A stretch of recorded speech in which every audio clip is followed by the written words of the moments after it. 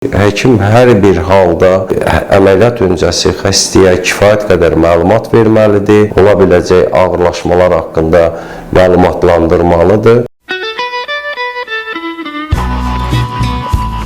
Həkimlik həm vicdanla, həm elmlə, həm də insanla işləyən bir peşədir. Amma təəssüf ki, bəzən cəmiyyət uğursuz bir nəticəni yanılmaq yox, bağışlanmaz səhv kimi qəbul edir. Çox vaxt bir həkimin 500 uğurlu əməliyyatı deyil, məhz bir uğursuz əməliyyatı yadda qalır. Sosial şəbəkələrdə qeyri-peşəkar şəxslərin və ya jurnalistlərin tibbi savada malik olmadan həkimlər haqqında rəy bildirməsi və hadisələri qiymətləndirmələri, belə halların ictimailəşdirilməsi hansı hallarda doğrudur və hüquqi baxımından necə tənzimlənə bilər?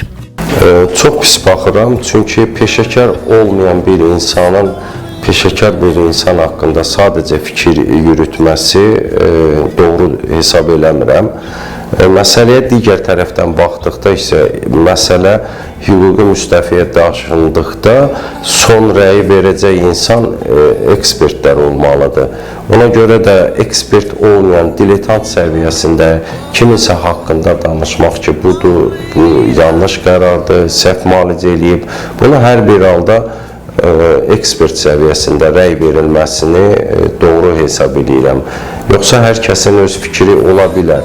Amma həkimin də bir qarşılıqlı olaraq izahını dinləmək lazımdır ki, bu xəstəlikdə ola biləcək ağırlaşma faizi nə qədərdir? Tək bu sənin xəstəndəmi bu ağırlaşma olur? Başqa ölkələrdə, başqa xəstələrdə belə ağırlaşmalar olmur.